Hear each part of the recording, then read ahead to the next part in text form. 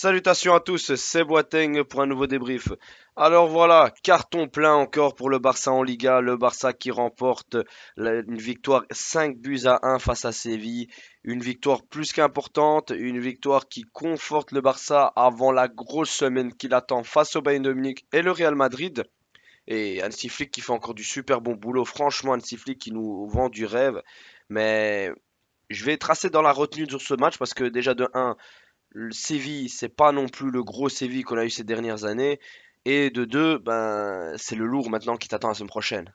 C'est tout le travail que tu as fourni. On va voir si ça a porté ses fruits et si tu pourras répondre dans les gros événements. Mais on va surtout se concentrer aujourd'hui sur le match face à Séville, en commençant par la compo d'équipe.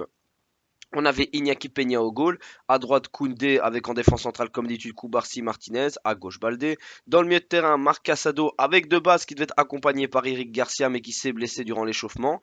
Et donc c'est Pedri qui l'a remplacé avec devant Lamine Yamal à droite, Rafinha en numéro 10, Ansu Fati à gauche qui a pu être utilisé par la blessure de Eric Garcia et Lewandowski en pointe. Un Barça totalement dans la maîtrise, un Barça qui a pu conforter une victoire plus que facile avec dès la 22e minute un penalty sur Rafinha. Rafinha qui joue très bien le jeu, qui fait encore une super première mi-temps exceptionnelle.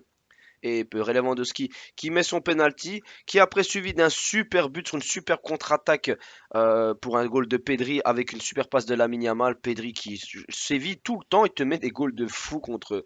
C'est un truc de dingue. Après, t'as Lewandowski qui te met qui te met le troisième but donc pour son doublé, donc 12 buts en 10 matchs en franchement très bon. Et donc sur une passe tir, on va dire de Rafinha, il la dévie et alors on la goal. Et après, bah, directement tu as la montée avec Pablo Torre en l'espace de 10 minutes qui te met un doublé. Que veut le peuple honnêtement? Bah, beaucoup de choses très positives dans ce match honnêtement. Un Pedri vraiment qui s'invite dans la table des grands. Maintenant, je pense que on va voir face au Bayern de Munich, mais j'ai assez confiance sur Pedri dans ce genre de match. Mais là, on va voir Pedri, est-ce qu'il va conforter son statut de très bon joueur, honnêtement.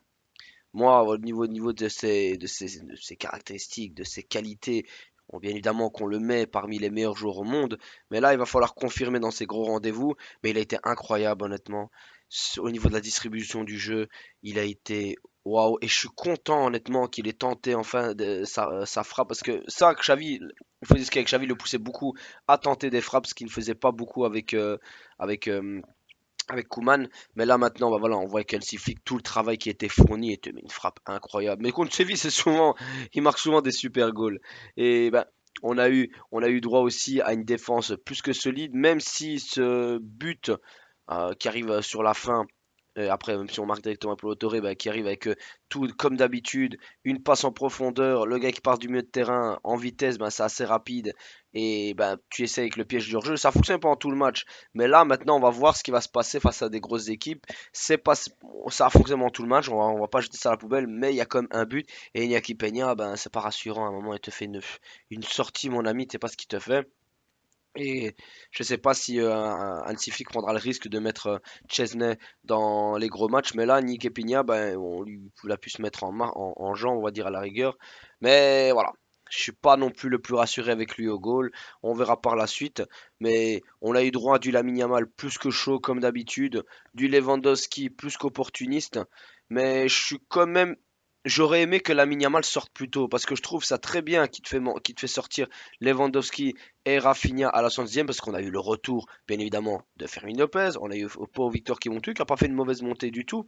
Et on voyait que Fermin Lopez avait besoin de prendre du rythme, donc ça fait plaisir de dire qu'on a une belle profondeur de banc comme ça.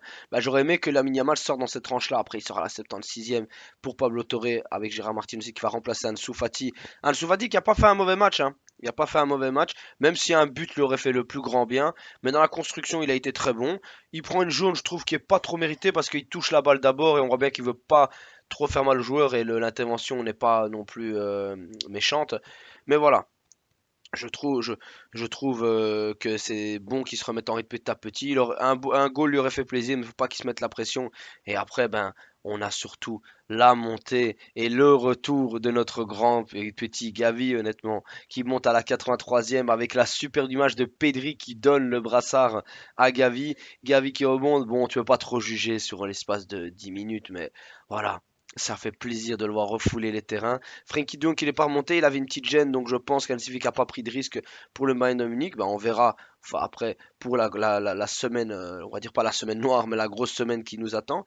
Et vraiment, ben, je suis très content de la part du Barça. Le Barça qui fait le taf, qui est pour le moment intouchable en Liga quand l'équipe type est sur le terrain.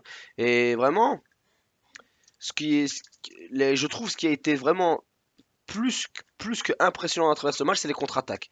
Les contre-attaques ont été très très bonnes, elles ont été fulgurantes. Le seul problème qu'il y a eu, c'est qu'on en a mis très peu. À part le goal de Pedri, on l'a marqué la part du temps sur phase arrêtée. Même si sur le premier goal de Pablo Torre, ben, c'est sur une construction de balle et Séville nous était assez bas. Mais il va falloir être beaucoup plus efficace face aux gros adversaires qui nous attendent. Surtout que la Yamal, ben, si tu as pour Victor et Lewandowski qui marquent, ben, tu es sur deux buts faciles, enfin deux passes des faciles en plus.